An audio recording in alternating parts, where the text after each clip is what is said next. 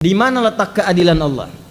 Kalau ada orang beriman berbuat maksiat saat di dunia, kok bisa masuk surga saat di akhirat? Sementara ada orang tidak beriman, amal baiknya kelihatan banyak di dunia, bantu orang, gak pernah mabuk, gak pernah bunuh orang, gak pernah macam-macam, suka bantu, suka nyumbang, suka macam-macam. Tapi dia gak beriman, kok bisa masuk neraka? Di mana keadilan Allah? Nah, jadi ketika Anda tinggalkan ini, bumi, pindah kemudian di satu tempat persimpangan, alam pemisah, disebut dengan barzakh. Barzakh itu pemisah. Bainahuma barzakhul la yabghiyan. Nah, kemudian tempatnya disebut dengan kubur. Afala ya'lamu idza bu'thira ma fil kubur. Nanti dari sini pindah kemudian ke akhirat. Di akhirat ini secara cepat baru kita bicara surga dan neraka. Surga dan neraka. Tengah-tengahnya ada Araf. Jadi kalau kita ingin bicara surga dengan neraka, fokus baik-baik, maka tempat yang dibicarakan bumi atau akhirat? Saya ulang. Di bumi ada surga tidak? Tidak. Ada neraka tidak? Tidak. Nah, di mana ada surga? Di akhirat. Kan pertanyaan tadi, kenapa dia tidak masuk surga, yang lain masuk surga? Berarti Anda sedang bicara hukum akhirat, bukan sedang bicara hukum dunia. Jelas? Nah, dalam kaidah mengatakan di setiap tempat yang berbeda pasti memiliki hukum yang tidak sama. Semua hukum-hukum dunia, bekal-bekal dunia akan ditinggalkan ketika dia meninggalkan tempat ini. Tinggal. Apa yang dibawa ke akhirat? Yang dibawa itu bekal amal akhirat, bukan dunia. Jadi tidak adil kalau ada orang ke akhirat bawa bekal dunia, itu nggak adil. Yang adil itu siapkan bekal akhirat. Begitu kamu ingin ke sana, bawa bekal itu. Jelas? Nah, sekarang persoalannya, apa bekal akhirat itu? Bekal akhirat itu cuma dua kalau ingin masuk surga. Dua bekalnya. Satu iman, kedua amal soleh. Dia orang itu semua lahir ada fitrah, fitrahnya itu beriman. Cuman sayang, kata Nabi, kullu mauludin yuladu alal fitrah fa abawahu yuhawwidani au yunassirani au yumajjisani. Maka lingkungan abawa itu bukan cuma orang tua. Kadang orang tuanya muslim, disekolahkan di tempat yang bukan islami, terbawa, pindah keyakinan, iman hilang. Itu jadi masalah. Gaul di tempat orang yang tidak beriman, ke bawah, ngobrol diskusi ke bawah, pindah hilang keimanan. Itu bekal iman tidak ada, tinggal amal soleh. Apa bentuknya amal soleh? Nih, banyak. Setiap kegiatan kita berpeluang jadi amal soleh kalau dilakukan dengan iman. Contoh, mau duduk, bismillah. Begitu saya duduk, itu kalimat bismillah ya, itu yang menjadikan duduk saya mendapatkan pahala. Itu yang disebut dengan amal soleh. Bismillahirrahmanirrahim. Assalamualaikum warahmatullahi wabarakatuh. Di mana letak keadilan Allah? Kalau ada orang beriman berbuat maksiat saat di dunia, kok bisa masuk surga saat di akhirat? Sementara ada orang tidak beriman, amal baiknya kelihatan banyak di dunia, bantu orang, gak pernah mabuk, gak pernah bunuh orang, gak pernah macam-macam, suka bantu, suka nyumbang, suka macam-macam. Tapi dia gak beriman, kok bisa masuk neraka? Di mana keadilan Allah? Halo? Pernah dengar pertanyaan ini? Itu pertanyaan itu, kalau muncul sekarang, itu sebetulnya pertanyaan yang telat. 15 abad yang lalu sudah ada pertanyaan serupa. Jadi kalau ada yang bertanya seperti itu, terima kasih Bu, Pak, pertanyaan bagus sekali. Itu diantara sekian pertanyaan Anda yang paling bagus untuk saat ini. Cuman memang agak telat pertanyaan ini, 15 abad yang lalu sudah ada yang bertanya seperti Bapak dan Ibu. Nah, siapa yang bertanya itu? Sayyidah Aisyah Ummul Mukminin radhiyallahu taala anha. Bertanya kepada Nabi, ya Rasulullah, itu si fulan belum beriman, tapi amal baiknya kelihatan banyak banget, suka bantu, suka nyumbang, suka ini, suka itu. Nanti di akhirat masuk surga enggak?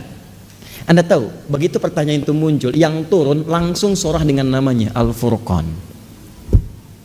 Ayat yang ke-23. Tuh. Ya, kalau Anda nggak belajar nih isi-isi di Quran, kadang-kadang tuh logika semacam ini kalau iman kita lemah itu bisa langsung jatuh seketika. Dan ketika jatuh pada titik nol itu mudah diarahkan kemanapun. Banyak orang di brainwash kemudian, jadi pindah kemana aja. Bahkan nanti bisa keras, bisa kasar, bisa tembak orang, bunuh orang, kerjain ini, kerjain itu. Yang tadinya baik tiba-tiba bisa jadi bermusuhan, bisa jadi macam-macam. Itu hati-hati.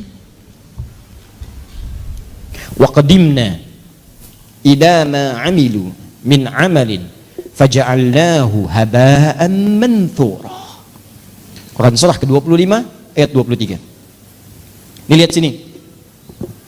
Saya berikan dulu petanya, gambaran singkatnya. Kita tinggal di mana sekarang? Di bumi? Oh? Kenapa? Oh, ya sudah. Kalau sudah tidak ada harapan untuk kehidupan di bumi, maka saya sarankan pindahlah ke Bekasi. Karena banyak sekali harapan di Bekasi. Harapan Indah, Duta Harapan, sampai ujung harapan.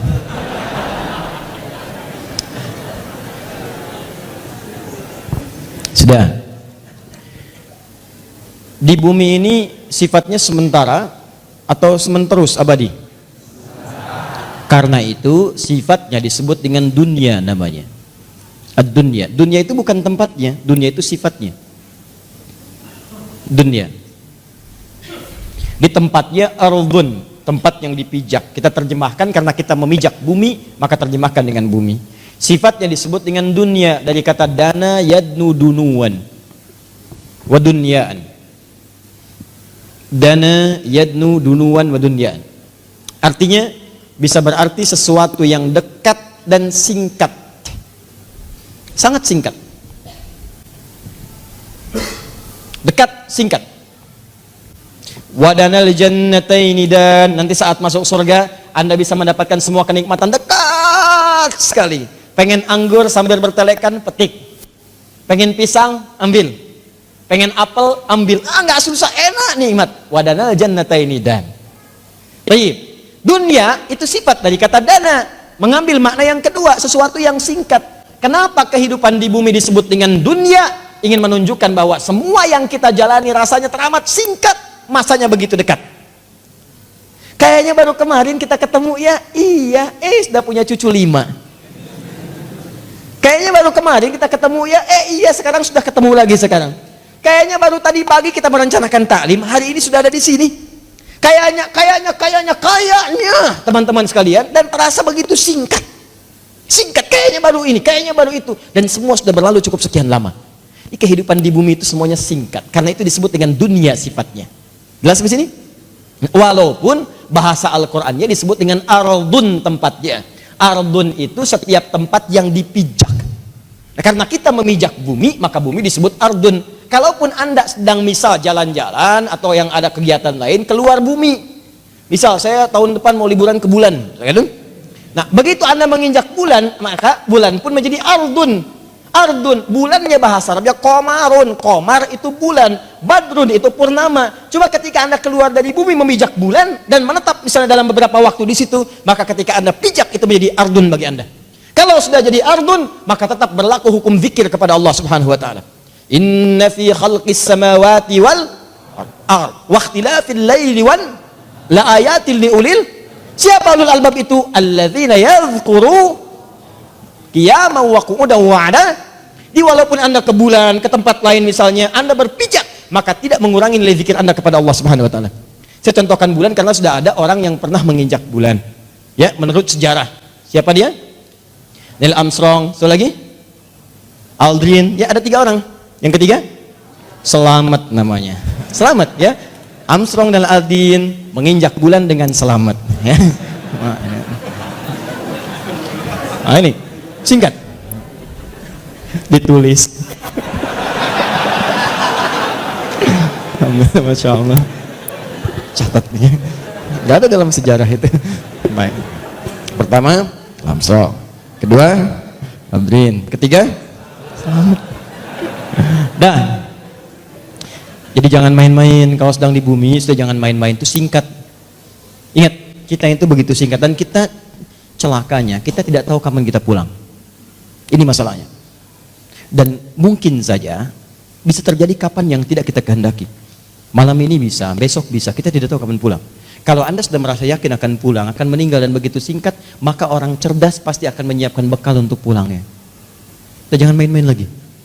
Ya, ibadi, kata Allah dalam hadis qudsi, ibadi khalaqtuka lil ibadati fala tal'ab. Hambaku, aku ciptakan kau itu untuk banyak ibadah, jangan banyak mainnya. Wa ma khalaqtul jinna wal insa illa liya'budun. Wa qasamtu laka rizqaka fala tat'ab.